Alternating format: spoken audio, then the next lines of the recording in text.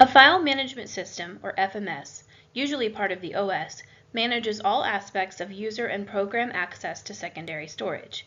The FMS presents a logical view of stored data and programs to users as files organized into folders and storage volumes.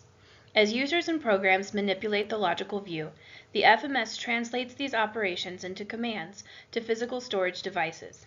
FMSs support only a few file types directly, including executable programs, executable OS command files, and user data files. Users and programs can define new file types and associate application programs to manipulate them. Other file types are indirectly supported by file association, a defined relationship between file types and the programs or OS utilities that manipulate them. Folders enable users to organize the many files stored in a typical computer. Each storage device or volume has a root folder.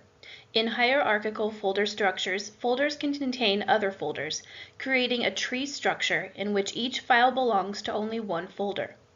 In graph folder structures, files can belong to more than one folder, and there's the possibility of loops or cycles in the folder structure. Folders store descriptive information about files and subfolders, such as name, owner, file type, access controls, and timestamp. Secondary storage devices are divided into allocation units, typically a few kilobytes in size.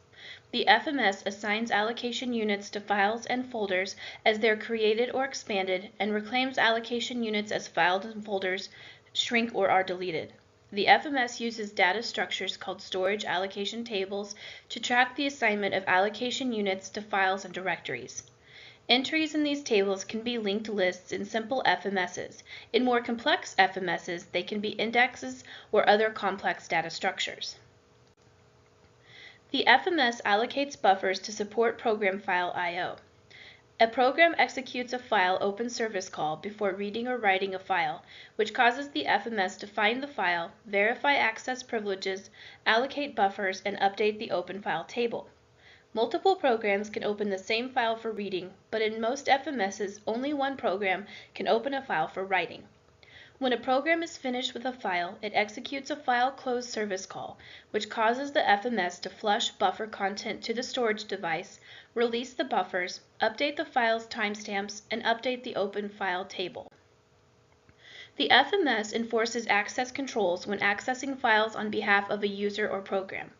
File owners and system administrators can grant or deny access privileges for reading, writing, and executing files. When a user or program attempts to access a file, the FMS checks the account name or ID number against the access controls stored in the file's folder entry to determine whether access is permitted. Enforcing access controls provides security but increases FMS overhead. FMSs include utilities to make backup copies of files and folders and to recover them if needed. Backups can be performed manually or be fully automated, and backup types include full, incremental, and differential. Some FMSs support automatic storage and backup of old file versions with file migration.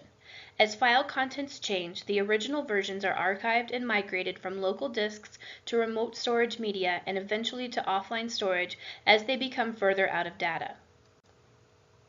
Fault tolerance describes methods of securing file content against hardware failure. One method is disk mirroring, in which all disk write operations are duplicated to two storage devices. Servers and some workstations use RAID technology to improve performance and fault tolerance.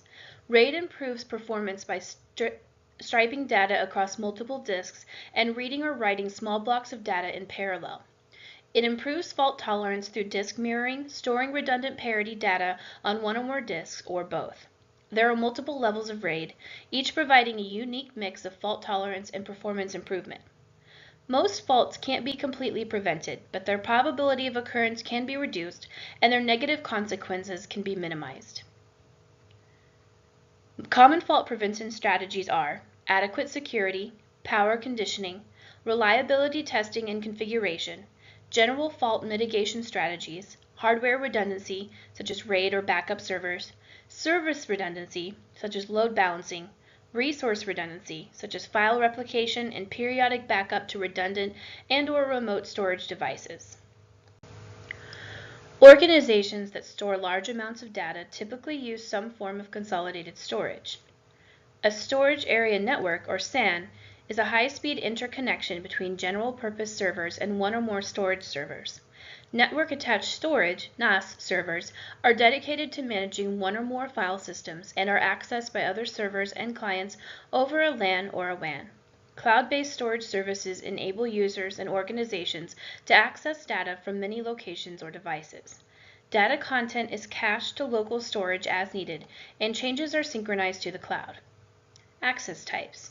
In a SAN, client servers perform direct disk I/O at the sector level via the storage server. In a NAS, client servers transfer service layer file I/O request to the storage server for processing. Performance. In a SAN, it supports high-performance disk I/O for a small number of servers in close geographic proximity. The NAS supports lower performance file I/O but can potentially support a larger number of servers over a wide geographic area. Cost. The SAN is relatively high-capacity back-end switching network. The NAS is relatively low. The storage server is an appliance and the existing network connections are used. Common features of cloud-based storage services are: each user has a unique account and user ID. A user can associate their cloud storage user ID with one or more computing devices, such as their smartphone, tablet, or laptop. User files stored on any associated device are automatically synchronized to and from the cloud, and then to and from all other associated devices. A web-based application provides a way for users to access files from devices that haven't been associated with their user ID. The underlying technology is similar to caching. A server or server group is the main storage device. A volume or folder points to cloud-based storage. As files area access, they're cached on local storage of each computing device from which their user accesses files. Changes to cache copies are replicated back to the servers. When a user accesses a cached file copy on any device, it's compared to the server copy and a refresh is performed if needed. File and secondary storage management are important system software functions because stored programs and data are important user and organizational resources. The collection of system software that performs file and secondary storage management and access functions is known as a file management system, or FMS. The FMS is usually part of the OS, although it's sometimes supplemented by additional software, such as a cloud-based storage system hosted on external servers.